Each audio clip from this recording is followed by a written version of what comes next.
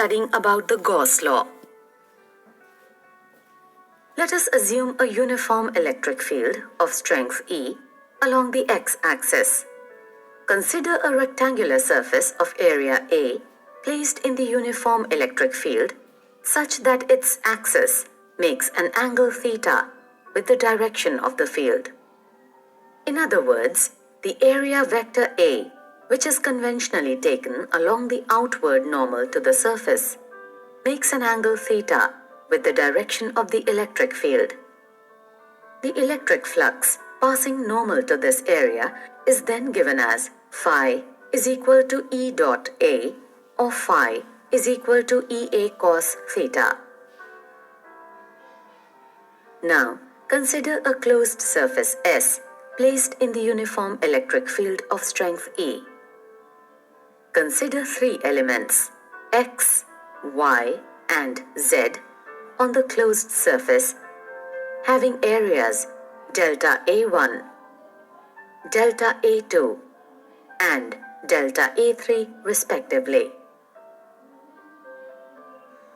The electric flux through the element X is phi1 equal to E dot dA1, and since the angle between the direction of the electric field, strength E, and dA1 is acute, the flux phi1 through the surface is positive.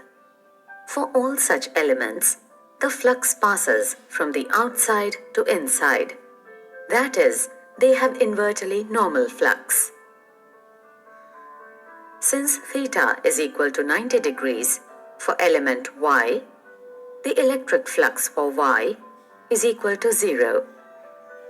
For all such elements, the flux through the surface is 0.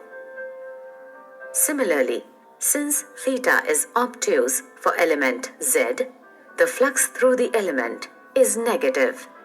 For all such elements, the flux through the surface passes from the inside to the outside.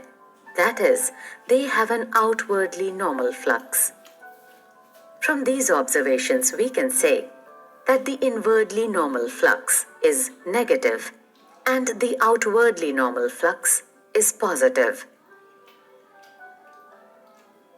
Let us now consider a point charge plus Q placed at the center of the sphere of radius r. Let us now look at Gauss' law, which defines the relation between the net electric flux through a closed surface and the charge enclosed by that closed surface.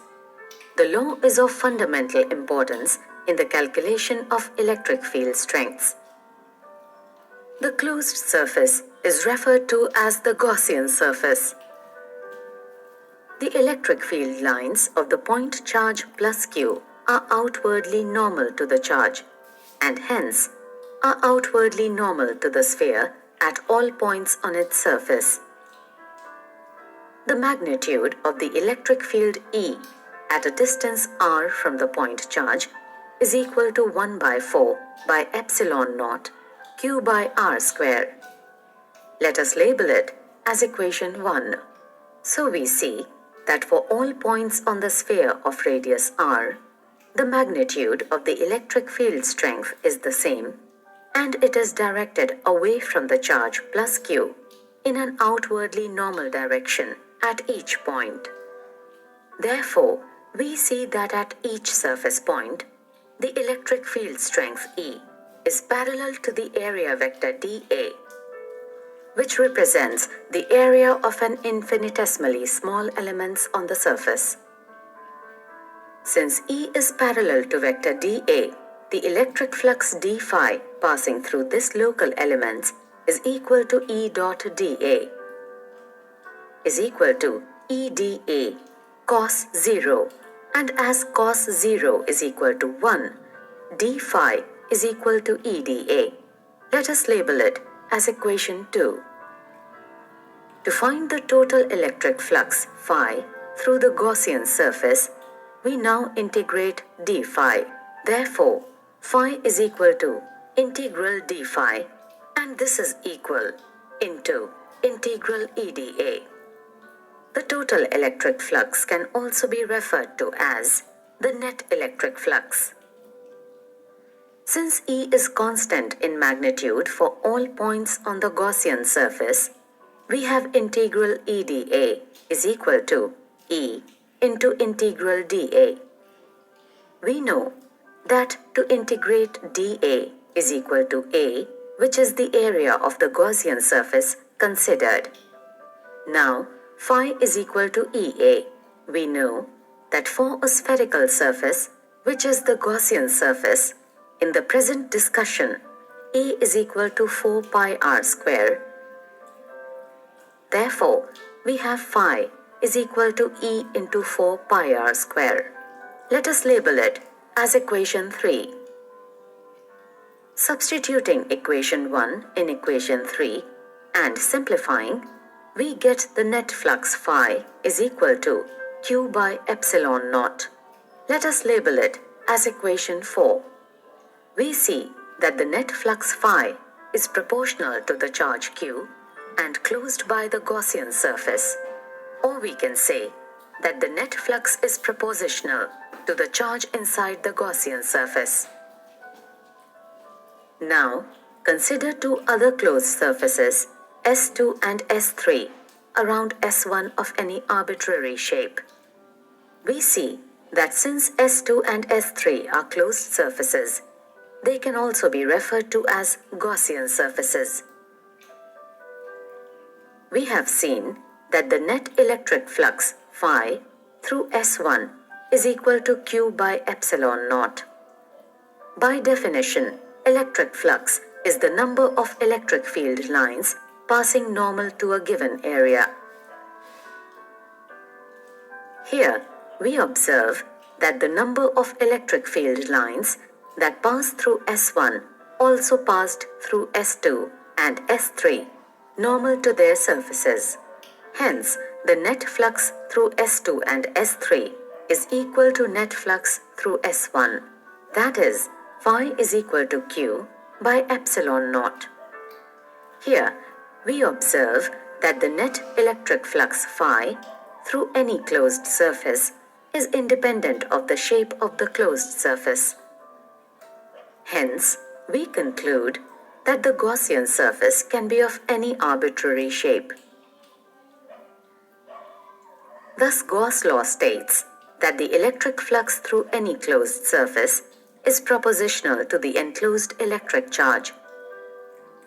That is, phi is equal to Qn by epsilon naught, where Qn is in the charge enclosed by the Gaussian surface. Let us label it as equation 5. Now, consider a point charge Q placed outside a closed surface. Here, we see that the number of field lines entering the closed area is equal to the number of field lines leaving it. Therefore, the net electric flux through the closed surface is 0, and it is important to note that the Gaussian surface, which is the closed surface, was not enclosing the point charge. In other words, the net flux through a closed surface not enclosing any charge is 0. Let us consider a cube of side L placed in the uniform electric field of strength E, directed along the x-axis. As the cube is the closed area, and the number of field lines entering the cube is equal to the number of field lines leaving it, from any of its surfaces, the net flux through the cube is 0. Now let's prove the same. For any surface of the cube of area A, which is normal to the electric field of strength E, the electric flux phi passing through it is equal to EA. Now we see the electric flux phi 1 through face 1 is equal to minus EA, since it has inward flux. And through face 2, it is phi 2, which is equal to plus EA, since the flux is outwardly normal to it. The flux through the faces 3, 4, 5, and 6, that is phi 3, phi 4, phi 5 and phi 6 respectively is equal to 0. Since the area of vector E is perpendicular to the direction of electric field with respect to these faces, therefore, the net electric flux through the cube is minus EA plus EA, which is again equal to 0.